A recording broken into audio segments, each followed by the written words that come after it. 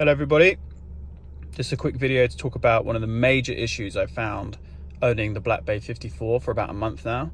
It's also quite interesting because I've noticed that none of the watch media have covered this, and that's not a knock on them. Like, I think publications like Time and Tide do a really good job, big fan of theirs, same as Fratello watches. If you don't read Fratello, definitely do that. They're really good.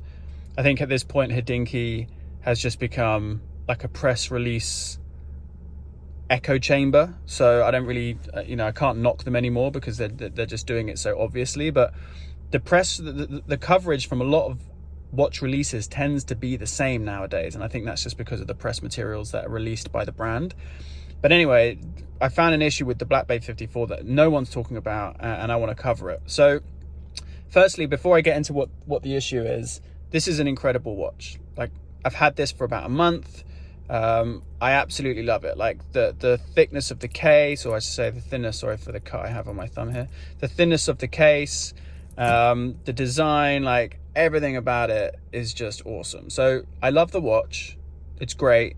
Couldn't be happier. Well, I could be happier, and I'll get into what that is. But the watch in general is really good, really comfortable, micro adjust clasp. Highly recommend it. Wears bigger than the 37mm suggests, but still not big, it's that perfect size. Okay, what's the issue? The main issue is the loom. The loom is absolutely terrible. And let me tell you why no one's picking this up. If you look at different Instagrammers and YouTube channels, what they do when they review a watch is they'll shine a UV pen on the dial, and then they'll take a picture of the loom because it's just been charged up, and they'll be like, yep, it's really good loom. Okay, that's not a real life situation. So let me give you a real scenario. So I have a very young baby. I have to get up in the night, and when I get up in the night, I'm wearing my watch. I want to see very quickly what time it is without checking my phone, because if I check my phone, the phone light goes on, it wakes me up even more. Disaster. So the watch is a tool at this point for me. If I'm wearing the Black Bay 54 and it's 3:30 in the morning and it's pitch black in my room, I'm really struggling to see what time it is. Like, it's hard. Like, I have to really squint and it's not easy. And it's not because it's not getting charged. I live in a very hot climate. It's sunny all the time. I'm outdoors a lot. It's charged. So it's just not legible. Now, let me give you an example of another watch here. So this is the Baltic Aquascaphe in titanium, okay? Not Aquascape, Aquascaphe. So this thing, really legible, like hyper legible. I put it on last night just because I needed to make sure I could check the time in the middle of the night. I didn't even charge it. It probably had some of my desk lamp light for about 5 minutes, and even then throughout the night, like I take a look at what time it is and I can see it clearly. So it can be done. It's not difficult.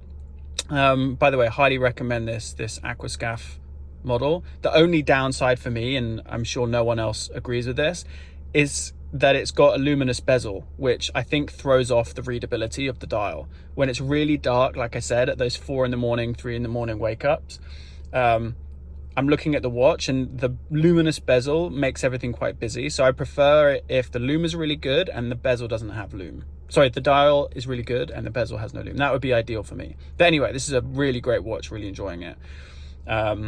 So they can do it right. Now, why is this happening?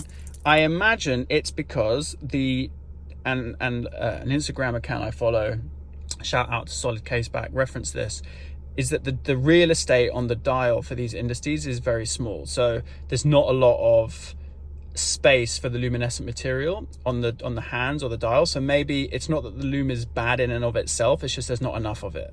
So that could be what it is. For example, in a Panerai radio mirror, like one of those sandwich dials, the luminescence is off the charts, and I imagine because the whole bottom dial is luminescent and then there's a sandwich kind of cut out over the top. So maybe that's why it is.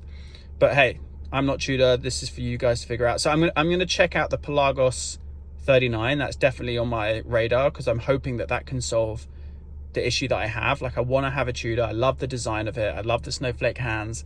The Pelagos has titanium case, so it's super light. That would be great for me.